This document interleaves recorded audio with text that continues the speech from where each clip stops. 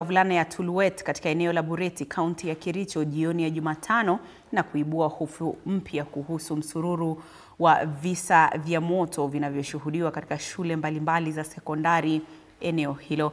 Walioshuhudia wamesema kuwa bweni lilikuwa tayari limeteketezwa kabla ya msaada wa kuzima moto ulipowasili, hali iliyosababisha uharibifu wa mali.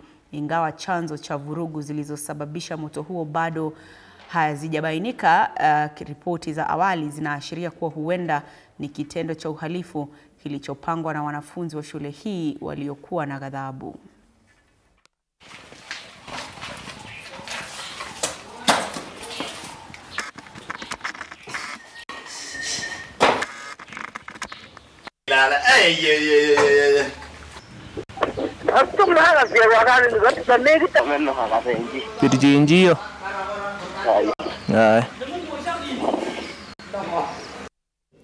Na michezo